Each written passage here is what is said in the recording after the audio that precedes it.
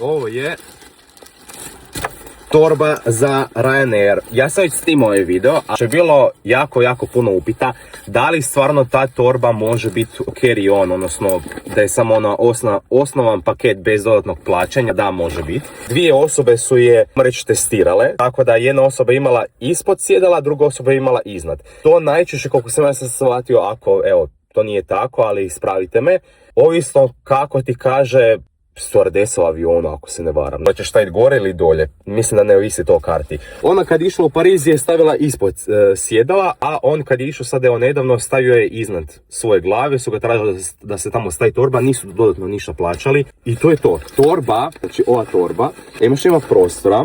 Gle sad ovo, znači ovako se otvara, tako da je možeš ko kofer isto onak zatvoriti. Stvarno stane jako puno toga unutra. Meni je prvo bilo ono, normalan ono kao ruksak, ali ne, ovo nije ruksak, ovo je fakat mali kofer.